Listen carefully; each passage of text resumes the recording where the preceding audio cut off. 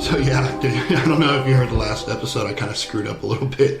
I said I was going to use the Edward Scissorhands. Yeah, I know. And I ended up using Gremlins. Yeah. So that's why our intro music to this, our actual Christmas episode, It's going to be Christmas music. It's going to be the Edward Scissorhands. Because no, what happened was, I don't know what the deal with the recording was. The recording itself was perfect, but for whatever reason, and it was all MP3, but like the software that I used to mix down the shows, it was not liking Really? yeah. So it's like I'd started it like 6 seconds in to kind of have the crossfade, and it would cut to like 30 seconds in. So it was just kind of like Really? It was bizarre. But That is weird. My computer gets weird whenever I have to install Dropbox. Are you familiar with Dropbox? Yeah. For whatever reason, it doesn't like my computer. So it makes weird little... Anyway, the computer's haunted. We heard Gremlins at the end. We'll hear actual, haunted Christmas music at the end of this one. But, excuse me. But, Decided to bring this guy too. You don't like that guy. Not too much. This is the one that I want to do the commission on. With the guys in the Jeep watching Swamp Thing whip his ass. I just thought that'd be cool. Good stuff. Yeah, I do have some Man Thing I've ended up with. I've read Swamp Thing. I've never read him. I've read a few of them. The first appearance was, of course, in Howard the Duck. And the next thing you know, he's here. Mm-hmm. It's kind of cool. It's a Wolverine appearance for him. Comics Presents. So, welcome to the show. Hello, everyone. This is Scarydad podcast number 11. We're going to entitle this one Black Christmas. Episode drops on December 26th. So at this point, you should probably be just a little bit hungover.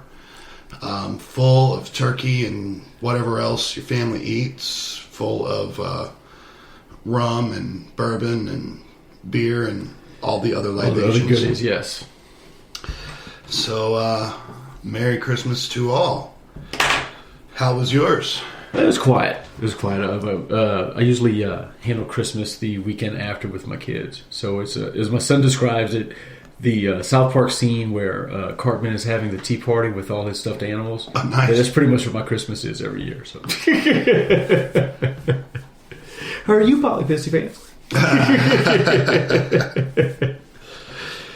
Well, we do sort of the same routine every year. We do a family Christmas with my folks here in town, and then we go to Seguin, where my wife's family's from, and depending on the weather and how people are getting along that year, we stay a day or two, whatever. So we're actually, as you're listening to this podcast, I'm actually somewhere either in Seguin or San Antonio or somewhere in between on the 26th, because that's what's going on. But I'll let you guys know in the podcast forum there how it's actually going in real time.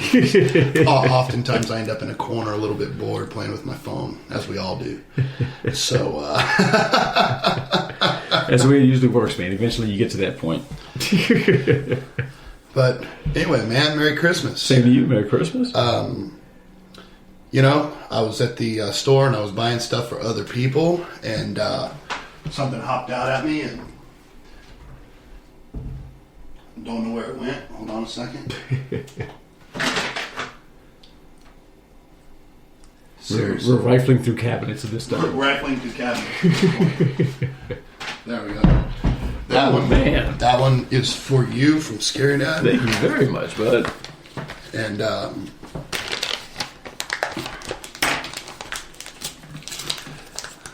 let's see what we got here. I already got my Swamp Thing book.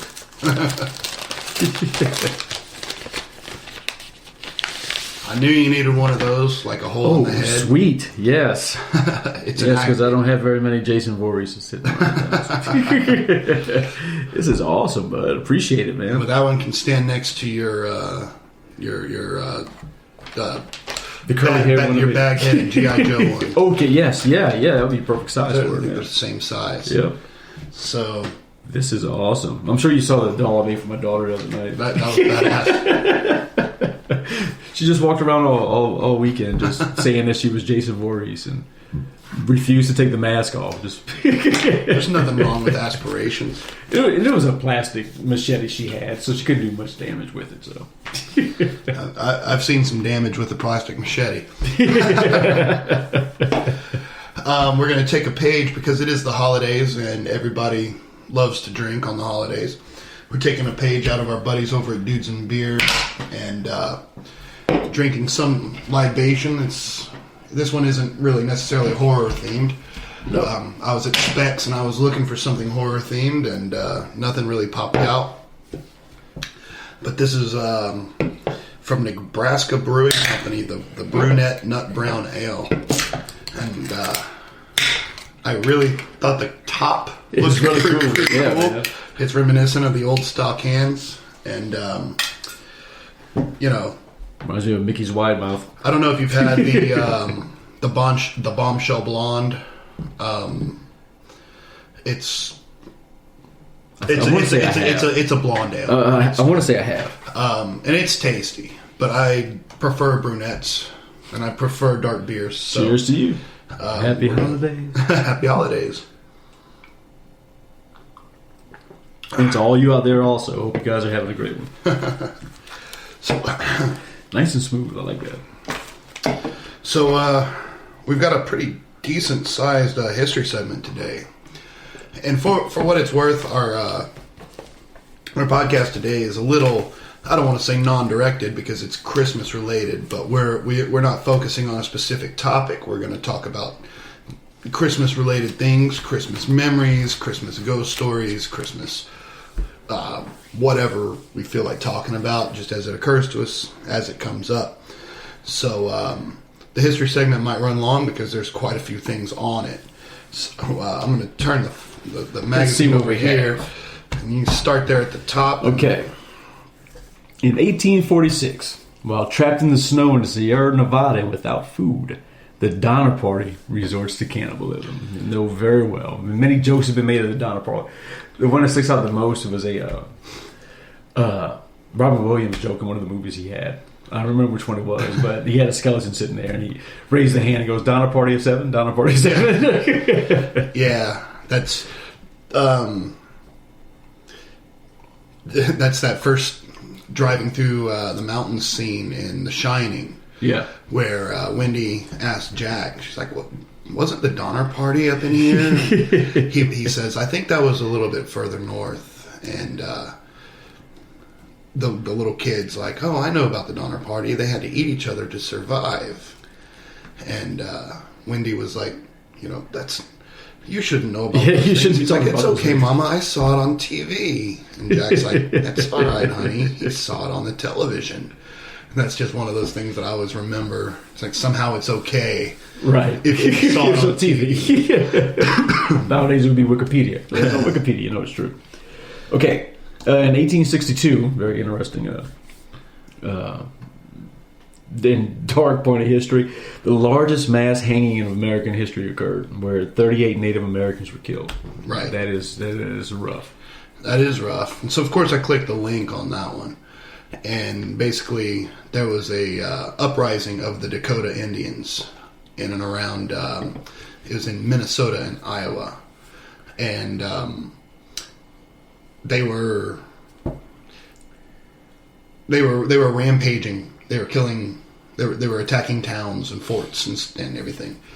And the army the American U.S. Army was tied up with Civil War maneuvers. I mean, they were moving troops around for the Civil War in 1862. Right. So help didn't come quickly, and the Dakotas pretty much laid waste to a significant part of Minnesota and Iowa. And when Lincoln finally did dispatch troops, 200 of them. I mean, they battled them. They took them down pretty quick, and 200 of them were captured and sentenced to death. The president commuted all but With 38. the third. Yeah. So actually, he commuted 39, but one of them. Anyway, basically, one of them managed to get a last-minute reprieve. There was supposed to be 39, but 38. And the 38 were killed were pretty much the worst of the worst. And then a little interesting side note on this: one of the ones that was hanged, back then, it was very difficult to acquire bodies for medical history, for medical science. Mm-hmm. One of the bodies was several of the bodies, but one of them in particular was claimed by. I don't know his first name, but you've heard of the Mayo Clinic. Yeah. Dr. Mayo. What kind of research would you want to do on the cadaver surgery? Okay. There's this whole big thing. If you listen to the Lore podcast, it's really bizarre. This was more in England, but grave robbing was a really big problem back in the day because for cadaver research. There weren't donor cards on the back of the driver's license. It was illegal, regardless of donors. It was illegal to use a cadaver for medical science unless they were hanged criminals. Okay. Or one other condition. I'm sure there's some kind of religious background to that. Well, it was just the law. Okay. And so what it ended up causing was a whole lot of grave robbing. So if you go around Europe and a lot of places, they have these cages and stuff. They have like the caskets are built like overbuilt and sunk in concrete and cages. And pop culture makes it look like it's vampires, but in reality, it was to keep grave robbers from stealing bodies. So at that kind of like mid 1800s, when medical science, when we look at it now and we think of them as very backwards, but this was on the tail end of the Enlightenment and it's the Industrial Revolution, and really the quickening of knowledge was about to occur right there in that Victorian era, and they were thirsting, but they needed bodies to experiment to do research on. But anyway, Dr. Mayo claimed one of these bodies and had a skeleton that he used for like basically teaching medical science from one of these Indians that got hung in the. That's pretty crazy. And then the family didn't donate it, but the family brought the skeleton back to the Dakota people for proper burial, like a couple hundred years later. Mm-hmm. So, pretty interesting. Yeah, it is. It is. And, when I look at the number that were done at once, you got to think that was kind of a way of sending a message to the next group that might be thinking about it, that... Well, but that was 1862. Subjugation through fear, That was 1862. Custer's last stand. Custer was a decorated Civil War hero, and it was after the Civil War. Right. So they were. I mean, not to get into. You can speak about a group of warriors as capable and either ruthless or mean or whatever. Without bringing the politics as to why what set them off. What brought them to that point? It's like the Mongols were brilliant tacticians and wonderful fighters and evil. Yeah, just straight up mean. But you can separate the fact that they were really good at what they did without saying that they were really good. Yeah, the Indians were they were pushed, man. They were. In all ways, and even now, they're still getting pushed around. Oh yeah. So, like I said, subjugation. It just keeping a foot on the neck until somebody breaks is pretty much what point has gotten to today. I'd say my my family tree. I'm two generations removed from the reservation. Back home, but my family actually got kicked off the reservation back in the day. So they were just too rowdy. They couldn't handle them on there, and told them they had to leave. It's pretty crazy. There's no record of them being in there. You've told me these stories, and you're kind of a laid back guy, so it's kind of yeah. Nowadays, I am. I've gotten to that point. But on my mom's side of the family is where they have the stories. Jesus Christ, I got God, I got family that's been in the mental institutions after killing a whole bunch of people and stuff, and there's some wackadoo shit that goes on. certain parts of my family lineage. Just keep drinking those brunettes, man. Just calm down. Okay, now let's move on to a little more of a I wouldn't say uplifting because it kind of but not quite as dark. Right. Let's put it that way. 1919, the curse of the Bambino begins. Babe Ruth is sold to the Yankees, and Boston does not win a World Series until 2004. And kind of shut them down and put a dampener on them there. Yeah, no, that's one of those interesting things. Of course, I read the history stuff as I'm going through. I make my notes. But apparently the Boston Red Sox won multiple titles and were in World Series and just killing it. They were a beast, yeah. And then as soon as Babe Ruth transferred, they fell right into the shitter. And the Yankees, who had not been a very good team before, right, went up and... Excuse me. I don't follow baseball, but I know Babe Ruth. Oh, yeah. That's how... Everybody does. It's interesting that it happened now, but in 1941, Thanksgiving was made a national holiday. I think it would have popped up in November, but what's the story behind that? Why was it a little off? Were they not sure what day they were going to do it before, or? Well, and this is not actually on the Wikipedia, but I've heard a couple of different things about. Essentially, Thanksgiving was a Yankee holiday. It was celebrated in the North and not so much in the South, historically. Mm-hmm. And then after the Civil War and in kind of into Restoration and stuff, there was quite a few people who moved from the North to the South to,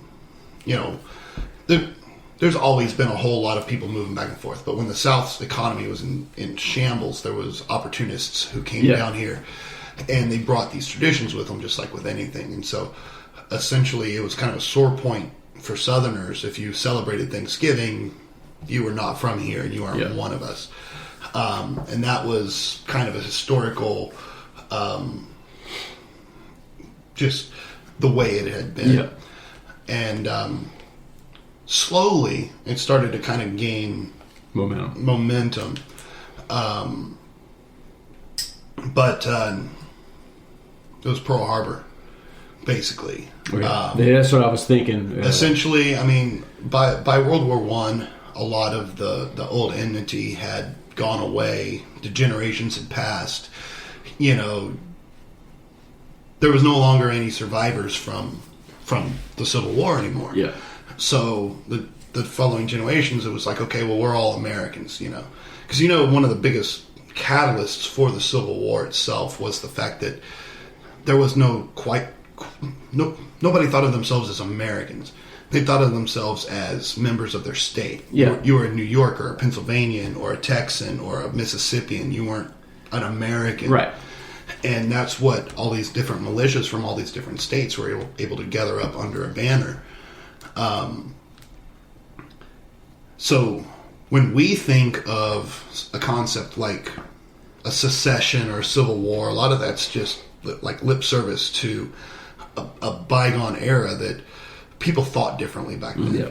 And the world was a lot smaller the world was a lot bigger in scope, but it was a lot smaller. Reality. People thought locally. Yeah.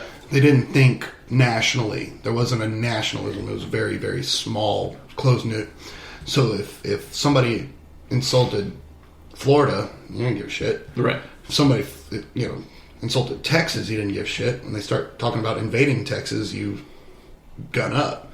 Mm-hmm. Now somebody blows up a base on the other side of the world, everybody starts gunning up because we're all Americans. It's patriotism. But that's a whole different way of thinking that wasn't there. Well, it's But World War I or World War II, when Pearl Harbor happened, FDR announced, because Pearl Harbor happened on December 7th. Mm-hmm, yeah. So now this Thanksgiving will be a national holiday. We'll all celebrate it together as Americans. No more back and forth bullshit. It was funny you mentioned that, because I fully expected after 9/11 that a national holiday would have been made behind that to commemorate that tragedy. I was waiting for it. I'm surprised it never was. December 7th isn't a national holiday. I mean, yeah, how do you but celebrate that? Thanksgiving came from it. Yeah. You know what I mean? As a way of so. I'm surprised something possibly didn't come out just to keep that momentum going, keep that feeling. Oh, we got because it's gone. Yeah. I'll drink to that just to numb it a little bit. Okay, I remember this one very well. Actually, 1991, the Soviet Union was finally dissolved, and still to this day stands as it as the results of that day, I guess you could say. Yeah, I mean, I remember that Red Dawn was probably, we're doing a scary movie podcast. Red Dawn was scary as hell. Yeah. That shit gave me nightmares. Dude.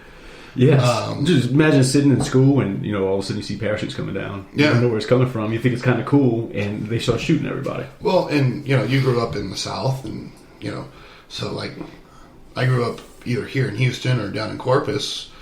One of the biggest things about Red Dawn that makes it unfeasible is that the enemy could get that far in without anybody really knowing. Right. They would be here in a heartbeat. They would hit that chip channel. That would be the first place they hit. You look historically, where did the British take out New Orleans first? The Union took out New Orleans first. They ported in Galveston. They ported in Port Isabel down in Brownsville. Like, they hit these ports all along the coast. The Confederate States had a garrison in New Orleans the whole time. Like, the whole war. Yeah. The Union, so if you're living there and you just see ships out on the beach, out on the horizon, you're like, huh, who's that? Done. Yeah. Maybe it's not going to happen in Colorado. Well, we used to, when I worked offshore. So I used to know that. I used to be a kid and be like, fuck, if they landed here, I'd be shit on. When I used to work offshore, we used to think about that when I worked offshore because, we were out in the middle of the Gulf of Mexico, and it was a channel right where we were, where all the when the larger military ships were coming through, they passed right by our rig and stuff. And we used to say, if somebody wanted to attack, we can come start taking over these rigs out here and, really screw some shit up. Oh, yeah. I remember being a kid and just asking my dad, like, because I didn't know, I'm just like, I'm a little kid in the 80s or whatever. I get chills when I see that scene. Oh, yeah. But I asked my dad, like, dude, what is going on? Like, what is up with the Russians? Like, and he's just like, I don't know. We used to have to get under our desks. Like, atomic war was something that was very, very real to you and I, much less to our parents. And then whenever the wall fell, whenever the Soviet Union collapsed, he didn't trust it. Right. He's just like, they're going to come back somehow. A lot of folks somehow. saw the same thing. And now we've got all this shit going on, with Russia that, like, I can't figure out why anybody would want to poke that bear. Literally, like, they're the Russian bear. Like, why would you want to poke it? Just they're doing their thing. They're just trying to exist and make their money, and let them do their thing. That's not appeasement. That's just like, again, you see a bunch of wasps out there, you don't go out and poke it with a stick. That's stupid. Okay, I'll let you go ahead and do the birthdays. All right. Sticking with that communism theme, in 1893, Mao Zedong, this is his birthday. The guy who killed most of China. Or not most of it, but a good chunk. So then we're going to get off the truly horrific and just go to what's next is in 1963, the world gave us Lars. Master. Me and my kids were doing a Metallica history lesson a couple of days ago, just going through, and I was explaining to them exactly when, at what point they kind of changed, and I kind of veered away from Metallica, and and I was talking to actually a friend of ours last night. His dad was a pastor, and he said growing up, his dad would want to listen to the music he was listening to just to make sure it wasn't anything he shouldn't be listening to. And he was very selective with the songs that he would play. Like for Metallica, he wouldn't play Master of Puppets. He'd go with some of the more laid back stuff. So okay, that's fine. You can go ahead and listen to that. Yeah. But they used to be, they were just, they were metal at one time. And that's what's so funny, and we talked about it in our metal episode, is, so it's so much with just getting to know people and getting to know what you're after. But, like I told you, I was in that little private Christian school, and they showed us the video, and you're like supposed to be scared, and then you get and you're like, oh my god, Ozzy's got that record cover where he's got the jelly in his mouth, just spitting the head off of it, and then you get into it, and like Metallica was singing about the horrors of drugs. They weren't glorifying drugs. Master of Puppets is about a crippling cocaine addiction. Yeah. Ozzy Osbourne is mostly singing about the horrors of war. Motley Crue is singing about girls, which, are subversive in their own way, but they're certainly not the devil. Yeah.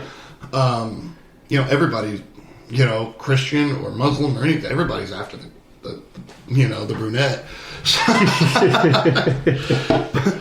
So, it's like so much of it that you think of it as subversive just because the beat's driving, but... Right, well... I love these tops, dude. That is so cool. But it makes the beer go down a lot faster with the larger hole. So. It does. We better get out of the history segment soon so we can talk about it. I was talking to somebody today. We were listening to Metallica. That's why I got it on in the car when I drove up. Not Metallica, Pantera. What am I saying? And I was like, if you listen to this song, you probably can't understand a damn thing that Anselmo was singing. Because he's yelling, he's putting it out there. But if you listen to the words, it's pretty deep shit they're singing about. Mm-hmm. And it was Drag the Waters, which is about a privileged kid that his dad doesn't realize just how bad this kid is because he keeps getting him out of trouble. But if he dug a little deeper into his psyche, he'd see he was an evil ass kid. Uh-huh. And that's what the song is actually about. But just the way it's presented in that metal. If you're not into it, you'll never know that song actually has some meaning to it. Right. And a lot of those artists, their songs are very deep. They had a lot of meaning to them, but for the majority of people, they didn't listen to that kind of music. They just kind of... You throw it off because of maturity. You think that the people who listen to it are immature. And it's interesting because I'm sure you've seen this because I'm a musician. I know a lot of people that were musicians. And, it's like the guys who are always like the most death metal, like black t-shirt wearing with the logos that you couldn't read because they were just so stylized, scrawled out. Those guys were always classical musicians. Yeah, it's like I have a buddy named Rob, and basically he didn't like anything unless it was like classical, like we're talking like Paganini and Vivaldi type stuff, or heavy dark. Yeah, and then whenever you take the heavy dark and you slow it down, it's all classical lines, and it's very complex, and it's just sped up, and then syncopated. And look at the movie Crossroads. I hate, it might be kind of a goofy example, but at the end, he turns to his classical side, and that's what really sets him apart, man. Right. He speeds it up, just like you said, he speeds it up, and he just makes it his own. But it all comes from that classical music background. But to sit there and have the patience to learn that and to come out, and a lot of these kids are like teenagers that can just peel off. Yeah. It's just insane. So, all right, dude. So we got one more birthday. 1966 is Mr. Jay Younger from White Zombie. Yes. Interesting tidbit I found out the other day. What's that? Rob Zombie. Okay. Before they had their big hit and everything, he worked as a production assistant on the Pee Wee Herman show. I never knew that. It doesn't surprise me, dude. Pretty much everybody who was of any sort of creative anything was on that show at some point or another. He was a production assistant for Pee Wee Herman show. I found that really, really cool. Because Paul Rubens is a genius, dude. Oh, the stuff he came up with, I hate that his career kind of got screwed over by that incident. But the way I look at it, what else are you supposed to do there? It's just it's a ridiculous victimless crime that he was that just tore that man's career down. It really did, and I don't think it really would, because it wouldn't have if he wasn't on a kid's show. Yeah, because it wouldn't have the same effect. Original Pee Wee Herman stuff was pretty subversive. Well, yeah, the original Pee Wee Herman show came from the stage production, right? Was for adults. If he didn't have a kid's show, it probably wouldn't have affected him as bad. But he did have a kid's show. I feel for him too. I mean, that shit should not have happened. No. But because he's actually a good actor. I don't know if you ever saw him in Blow. Oh yeah, I've seen him in a lot of stuff. Yeah, he's for all the Cheech and Chong movies he was in. I mean, it's just sad to see, He's made. Did you see his comeback show a couple of years ago? Yeah. The HBO. That was really good. Yeah, but well, my kids. I had the box set of Pee Wee's Playhouse for my son by the time he was 2 years old. I was like, here you go. And they both love Pee Wee. They got all the movies at home and everything. They make sure because my son, of course, he had a friend of his that came and told him what Pee Wee did and everything back in the day. And I was like, just don't worry about that. He's funny. He's funny. He's a talented guy. Just enjoy it.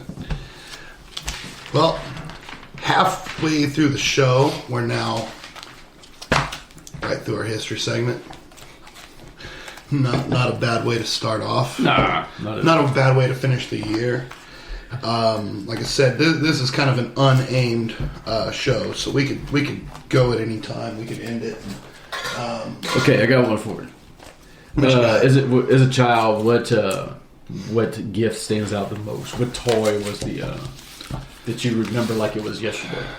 Man, we talked about whenever I discovered He-Man, like that was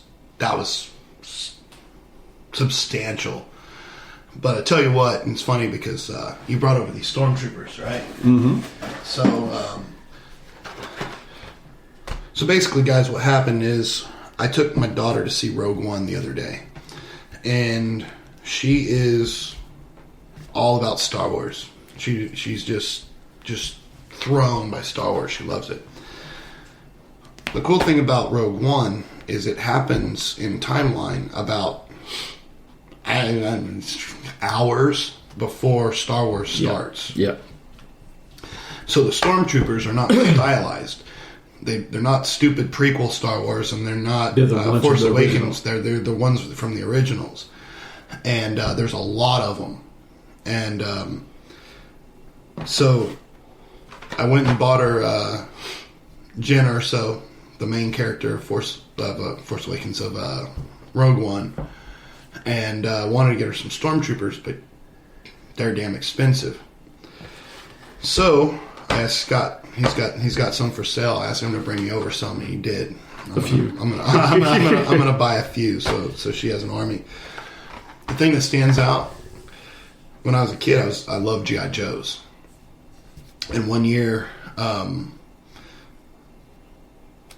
my mom put out the feelers to all the family and was like, "Oh, he likes G.I. Joes," so they all just gave G.I. Joes. So I had all these wrapped action figures, just kind of slid horizontally into the tree. So, I was pulling them out and opening them up. Well, I think out of maybe 20 Joes, I mean, it was a banter year, right? But out of 20 Joes, maybe 10 of them were that red Crimson Elite Trooper. And my mom was like so upset. She's like, "Oh, I'm so sorry. I didn't tell him specifics. I'll take them back and we'll trade them in for different guys." And I immediately tore them open. I was like, "No, I have an army. Like, I've been wanting an army. I had 2 Vipers, like the Black Masked Vipers." Yeah. And I was like, I had to keep cycling them through, The guy came in and shot down 5 of them. I had to recreate 5 different deaths with those guys. So that was the thing that stands out. Like, I had a lot of them, but that was a great Christmas. How about you, man? The toy that I'll never forget, for one reason, is kind of just a messed up reason. It was the last toy I got from my dad for Christmas. But also, when it came in, my dad died in January. It was the 1982 Godzilla with the flying hand. You press the button, his hand would go flying out and stuff. And did your dad pass in 82? 83. Okay. That January. So that December 2082 is when I got it. And the UPS man brought all these boxes. We didn't have a fireplace or anything. I told him, I was 9 years old, and I told my dad, I said, "Hey, what are these packages?" And my dad explained to me that Santa Claus actually used UPS to deliver packages to people that didn't have fireplaces. Nice. And that one just stands out in my memory. I'd love to find another one of those Godzillas today. I had that too. They're expensive we probably got cheap. it the same year. They're not cheap. Another thing I remember about that toy is the hand was kind of heavy that flew out, and I broke my parents' window, throwing it at my sister, trying to nail her when she had made me mad. I threw it across the room. I had the exact same Godzilla. That was an awesome toy. And probably that's why they're so expensive, is because if you remember, there was a little red tab on the back that you pulled to pull his tongue out. Yeah. Got him out of the box, opened him up, pushed the button, shot his hand off, and then broke that little red tab off. It was just kind of sticking off the back, and I didn't know it, it's like I just kind of, I didn't like grab it and break it. I just kind of like grabbed him and it snapped off. I'm like, oh wait, so forever I had the Godzilla, but his tab was such that just a little tiny piece stuck out of the slot. You can still do it a little bit. I can still stick his tongue out with the fire. That was a great toy though, man. That was a... Oh man, it was huge Godzilla. He went up against everybody. I mean, it took a lot to bring him down. Megatron could take him down because Megatron had the blaster on his arm. Megatron was hard to play with, though. Yeah, I know, man. I got the one now that I was playing with a couple weeks ago. I was like, yeah, I liked this toy because I go back to Soundwave. Soundwave was so simple, in its transformation and everything, and the cassettes were just so cool with the little handles and stuff. That to this day, I still think that's the best Transformer there was. He was. Everybody likes Optimus Prime, and it's like as far as the character goes, yeah, he's badass. Yeah. But as far as the Transformers go, Soundwave. If only it would have actually played microcassettes. That would have been so cool. I mean, I'm trying to think because nobody's arms and legs moved like his did. Yeah. It was part of his transformation, but you could actually pose him and move his arm up and down and stuff. Perceptor, the microscope, was kind of a clone. Yeah. He was the same way. He could do that. I used to get. I mean, I was a spoiled kid, man. I had all the He-Man. I had all the G.I. Joes. I had, But the funny thing you said, best. So one year, me and my cousins were both just big G.I. Joe fans, and there was this big package under the tree, and we didn't know what it was because we knew all the boxes. Like we knew the Rattler was this big, and we knew the Sky Striker was this big, and this box was, what is this? But we both had one. Was it real big?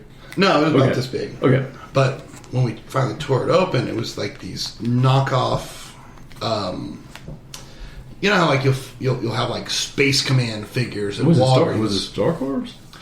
No, it was like a knockoff. It was like a drugstore knockoff, like you'd see at CVS or something. But man, it was 3 different craft, and they were actually pretty well made. They weren't. I mean, they had a little cockpit, and little missiles and stuff. It was quote unquote cheap knockoff, like the kind of stuff you would again buy at CVS. Yeah.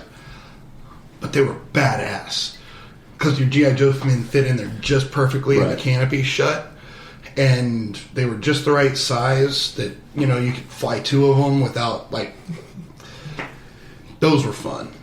And I remember opening them and being like, "What is this?" I'm like a little brat, like probably 8 or 9 years old, like. What is this? And I'm like, oh wait, these are actually pretty cool. When I first saw Star Corps, because by the time that came out, that line of G.I. Joes came out, I wasn't into them anymore. So I just recently saw them a year ago. I thought it was dollar store toys. And then I priced them, and I was like, holy crap, where the hell did this stuff come from? And because that's when I found out it was the Space G.I. Joes line that they came up with. Yeah. And, but yeah, it was weird. I was about to throw them. I was going to give them away. Be careful with that, man. I'll learn my lesson. I was at the comic book store, I guess Black Friday sale, and in their bins, they 50 cents or 25 cents or whatever it was for Black Friday, and just flipping through, and it's like, oh, this is the first cameo of Doomsday, from Superman. Mm-hmm. I'm like, okay, I don't think I have that one for 50 cents. What the hell? I think it's like a $5 book, if that. Right. Maybe. I don't care. Kind of. Cool. That's not the reason you buy it. So kind of throw it into my, because I know I don't have it, and I have the others, so let me throw down on it. Then I get home and I notice it's got this little Roman numeral 2 up there. So I open it up and it's second print. I'm like, do I want to keep this? Like, is that, collection wise? Like, no, I'm not big on second printings or whatever. That's good. Let me throw it up on eBay. So I'm too lazy to like take a picture and list. So I just find a clone of it. The second print's worth more than the first. So a lot of times that happens because what happens is it had a lower run number. Mm-hmm. They only printed so many of them. Because the Star Wars second prints, I think it's the second prints, they're worth a shitload. I got a bunch of those at Black Friday too. I've got quite a few Star Wars. 1, 2, and 3 in the second print are worth a ton of money, a lot more than the first. Wow. So it happens. I'm waiting for that one thing that I don't care about to hit, so I can sell it and buy other things. Because I buy stuff for my own collection because I enjoy having it. Right. And the fact that it's expensive, it just kind of pisses me off. Because I don't want to spend that much money on it. It's not worth that much to me. Yeah. But if I find it and it happens to be that much and I got it for a quarter, then I'm like, sweet. Actually, normally I keep my private collection in the back. Whenever people come over shopping, I made the mistake of bringing out some items of the day. And old Bob Cabancha over there at Nerds of Anarchy convinced me to sell him one of my Blade figures. Oh. They're not too easy. I had an extra one, though, so I went ahead and sold it to him. But... you just don't want to part with those things, man. Dude, let's talk about the Nerds of Anarchy, man. It's the end of the year. It's Christmas time. I got to tell you, I was on so many different weird forums. Not weird forums, but just different online forums. All I wanted to do was talk about things that I liked. And every time, it seems like there's some sort of street cred that comes with just hating everything. Everything sucks. You're gonna be a cynic. Every movie sucks. This sucks. Nothing's as good as it used to be, but even then it should have been better. Fucking it's exhausting being a fan of shit. Then I found Nerds of Anarchy, and everybody likes stuff. Yep. And even if you don't happen to like the same stuff that they like, you don't rip on somebody. Nobody's ripping on them. Right. You're allowed to like what you want. And people talk about movies civilly. It's like, I love this movie. I didn't like this movie. They both explain why they loved it and why they hated it in the same comment thread. And if anybody gets uppity, Bob takes them out. Yeah. Which is fucking awesome. But yeah, I've been a member of that group for like a year and a half. And it's like, can't be happier. Like, yeah, it's very well run. And it's a good group of people. That's the coolest thing. No, we can't get into it about CGC and CBCS, but even after that, just move on and go to the next thing. Well, you have differences of opinions, and people respect those opinions. Nobody's pushing them on you. They just enjoy their things. But I've never made more real life friends. Oh yeah, from definitely. The internet than I have off of that. So hey guys, Merry Christmas! Shout out to the nerds. We're gonna forget some folks, but to Bob, to Abraham, Gerardo, Tony, Andy, Oliver, Chunk, Donald, Chunk, Harambe. Somebody asked me last night. They said there's no way that's his real name. Damian Wayne. Just the Damian Wayne part. I don't know. There's apparently a character from. Well, it is a character from Batman. Yeah. And they said that there's no way. I said, it's possible. I had a filter hand offshore once that his name was Bruce Wayne. Then we called him Batman as a nickname. Yeah, we'll find out. We'll have And Samuel, did we mention Samuel? The list goes on, man. Yeah, just shout out if anybody isn't a member of Nerds of Anarchy, jump on there. Joshua, check it out. Josh, and Jeremy. Just everybody. Justin, there's a ton of folks on there. Rusty, my old boy Rusty Shep. It's a good group. If you're listening to us now and you're not, and you're any kind of fandom, comic book related or not, hit up the Nerds of Anarchy. It's a great place to discuss things, to find things you want to buy or trade, to sell things that you want to get rid of. It's a great place.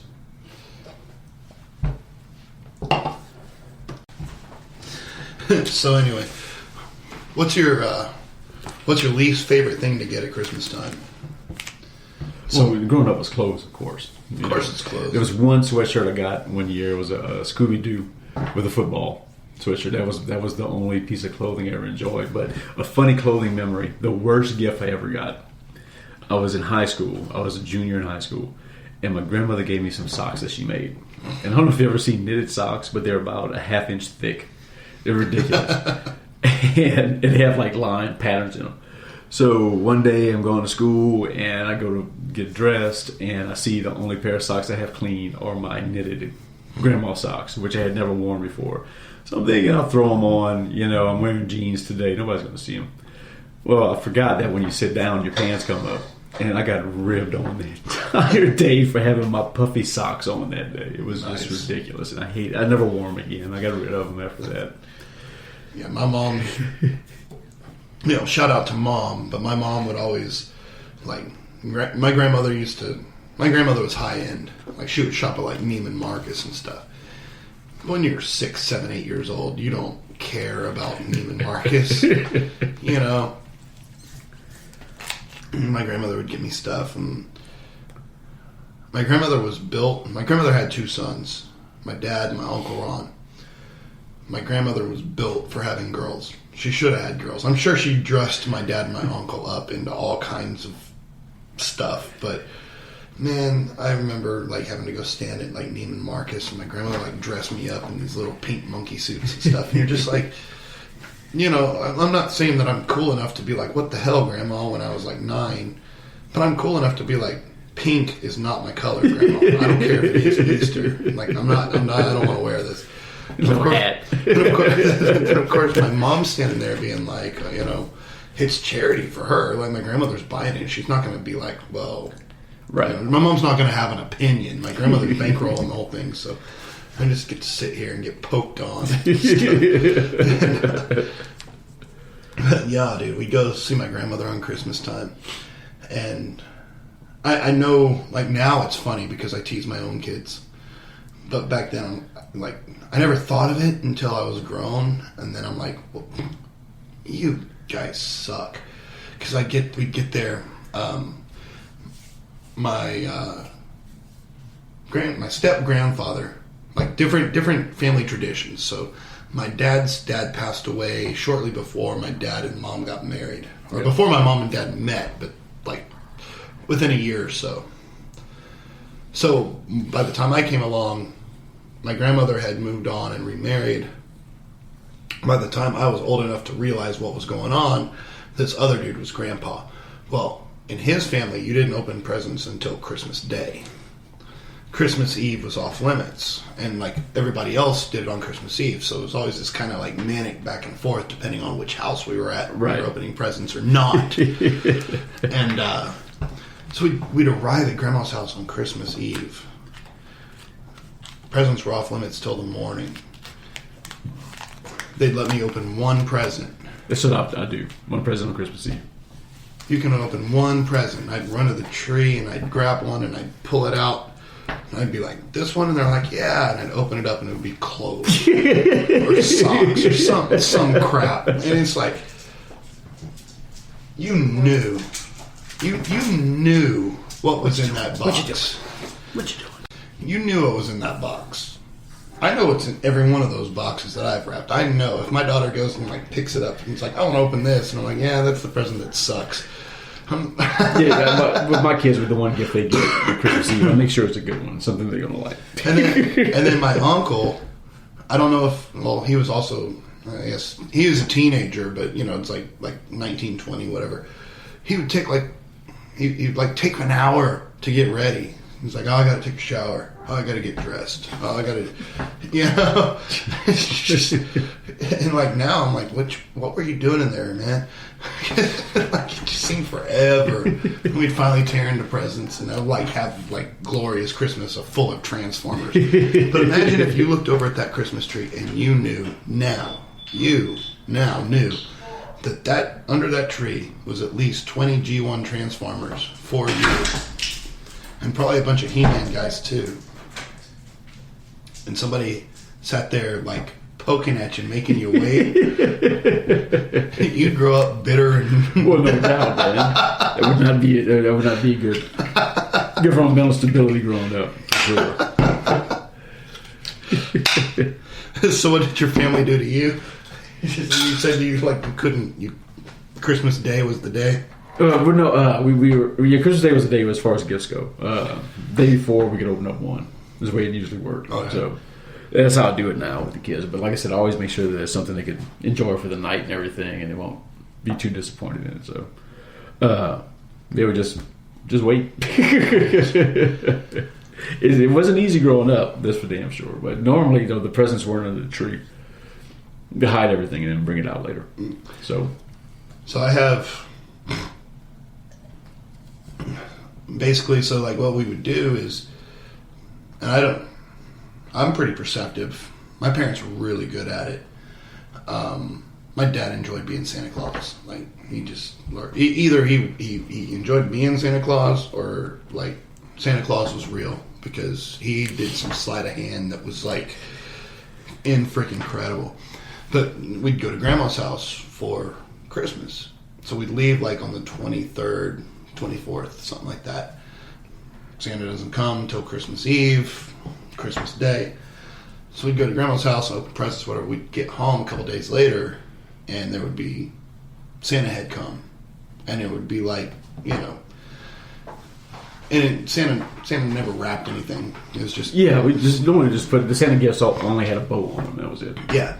So we'd get back and it'd be Santa stuff. And I remember this one year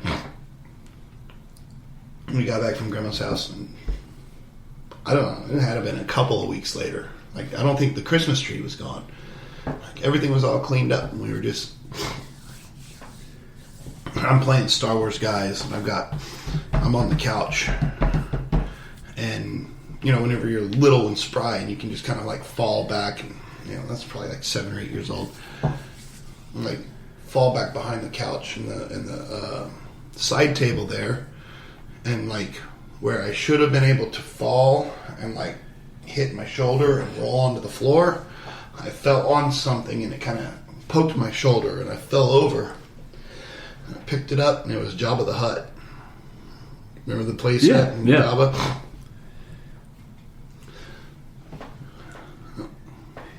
I'm sitting here behind the table, behind the table on the couch.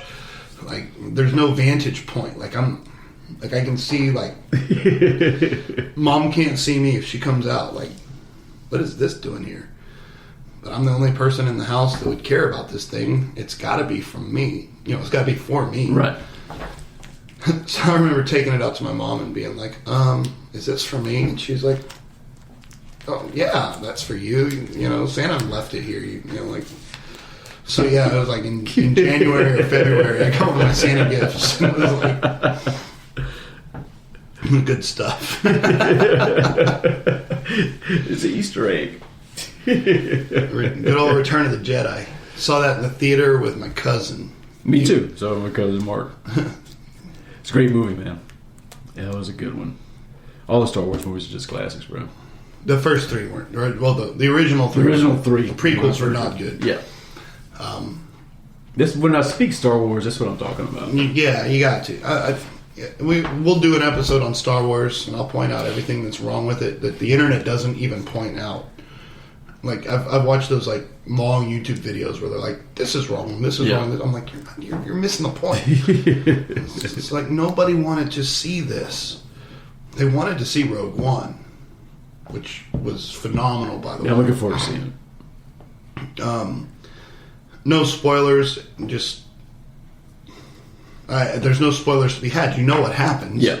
I know where the movie takes place and everything. It happens shortly before that Star Destroyer catches Princess Leia's ship in Episode 4. Phenomenal movie, good stuff. I've heard it's it's a well-made movie, and they do everything right. My wife does not like Star Wars. Strangely enough, if you've ever seen The Big Bang Theory, and he's like, "Oh, you don't watch Star Wars? Well, watch these." And then she's like, "Nah." That was literally, my wife did that. She's like, I don't really see what's the big deal. Oh, God, I love you in every other way but this. But she liked this one and Rogue One. It's good stuff. Hey guys, we're gonna have to let you go for Christmas. This one's been going for a while. We've got a little bit too much brunette going on. Yeah. So we're gonna go ahead and cut it off at this point. So hey everybody, you got 4 or 5 days till New Year's. Drive safe. Don't drive. Eat a bunch of food. Take naps. Don't go places. For New Year's, what do you eat? Do you do traditional stuff? Honestly, we do. Netflix has an 8 p.m. Countdown ball drop, so you can turn it on, and we drop the ball at 8 and put the kids to bed, and then party with the neighbors. Okay, it's pajama party. Everybody's just kind of like ready to go to bed. You know, we've done that the last couple of years, and that's what we do. We pop fireworks out here in the front yard. And New Year's Day, any traditional meals or anything? Or? Not really. Every year, cabbage, black eyed peas. I do it every year. My kids look forward to this. So. I can't eat black eyed peas, man. They make me do what I'm coughing.